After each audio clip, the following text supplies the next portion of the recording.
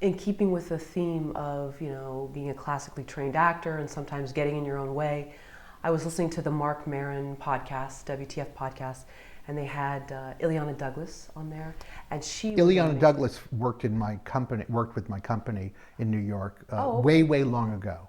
Oh, well, she was wonderful on the show, and I've listened to it several times.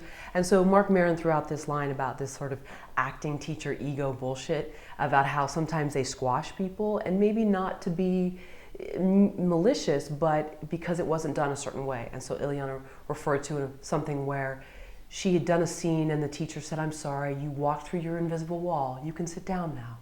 And so Okay, I thought she might have said something about me, but oh, no, good, no, she no, didn't. no, no. Okay. But so in keeping with that sort of being trained too rigorously, do you think it's almost like, just how sort of a lawyer or a doctor, they know that there's certain structures, certain things that you cannot variate from. Sort of left brain jobs where you can't really vary from those things. Whereas with acting, do you think sometimes actors put themselves too tightly in a box to be funny? Well, I guess the point is that actors are trained in all sorts of arts. They're trained to be great movers, great walkers, great poets. They learn how to fence. They learn Shakespeare. They learn Stanislavski.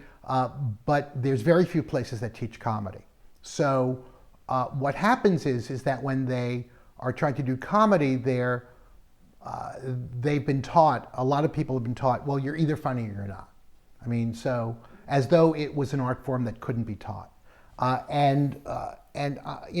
Whether they're boxed in or not, I think what happens is that they unconsciously are making errors that if they were aware of, they could fix immediately. For instance, actors are taught that everything has to come from their character, and their character is the hero of their story, which in some performances makes it very indulgent. So actors who don't have comic training or haven't done a lot of improv tend to look at their characters, and whatever their character's negative faults are, they justify them. Whereas in comedy, the whole point is to tell the truth about people.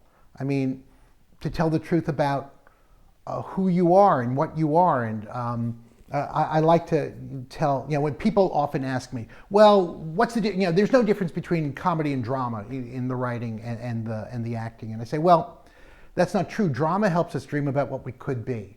We become the best of who we are when we're writing or acting drama. But comedy helps us live with who we are. Comedy helps us live with who we are. So I say to them, have you ever seen a production of Hamlet, say? And some people will raise their hand, and I'll say, in your production of Hamlet that you saw, or were in, did you ever see Hamlet fart? People go, no, and they start to laugh. And I say, well, what would happen if Hamlet just let out a big one? To be or not to... And people say that, well, it'd be funny. Exactly. People do fart. People do pass wind. It happens in life. But in drama, they excise out the things that would make the character look ridiculous. Whereas in comedy, they allow the character to be sad, to be tragic, but they tell the truth about the character. So the simple equation is comedy tells the truth, and specifically, it tells the truth about people. So actors are kind of trained to tell a beautiful lie, a wonderful lie, but in terms of playing comedy, you have to tell the truth about yourself, which is why it seems that comic actors are less than. They're not that attractive, or not that bright, or not that strong. But the reality is none of us are that bright, or that attractive, or that strong. I mean, unless you're a supermodel, or unless you're a pro athlete. I mean, the reality of us as human beings is we're flawed, and no matter how good we try to make our flaws go away or overcome our flaws, the sad fact is that we're all doomed to the ultimate flaw, which is our death. And the dramatic artist takes a look at our death. Say the guy behind the camera there, David. Say David dies. Now that's sad. I know, it's sad. The dramatic artist would take a look and say, a man died, how sad. But the comic artist would take a look at the same thing and say, yes, a man died, but look how he lived, how ridiculous. Because, most of us are aware somewhere that, that man is the only animal that has any working knowledge of our own demise, right? And based on that, based upon the fact that we all know somewhere back in our minds that we're going to die, what do? Do we all sit home weeping softly, writing haiku?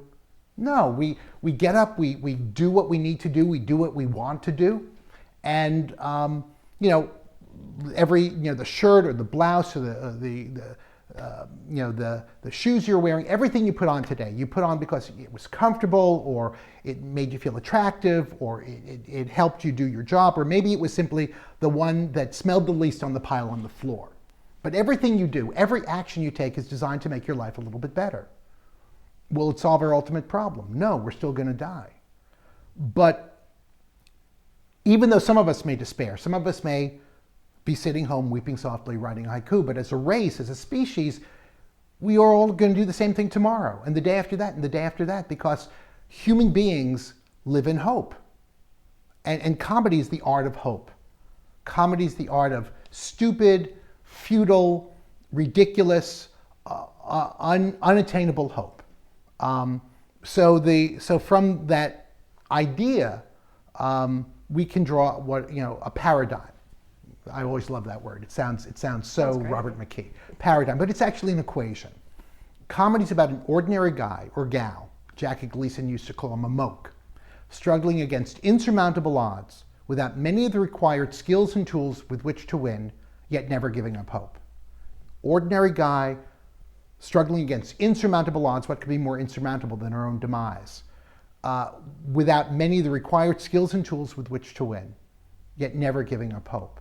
And from that equation, from that paradigm, we draw these usable, practical tools that work whether you're an actor or a writer or a director, because comedy is a very unified art form. The tool of winning. Comedy gives you the permission to win. The tool of the non-hero, not a comic hero, not a ridiculous fool, but somebody who simply lacks some, if not all, the required skills and tools. Metaphorical relationship. The idea that beneath surface relationships is a truer, essential relationship, a metaphor. Positive action, the idea that every action your character takes, your character actually thinks it's going to work, otherwise why bother? Why would they do that? Active emotion, the reason why untrained actors and comics can be so successful in film and television. And straight line, wavy line, the idea that that the dynamic in comedy isn't about a funny guy saying all the jokes and somebody else, kind of just supporting them by feeding them straight lines. That the dynamic is actually a straight line and a wavy line. A straight line's like somebody who has blinders on, somebody who's blind to the problem or creating the problem. And a wavy line, somebody who's struggling with the problem, but because they're a non-hero, they can't solve it.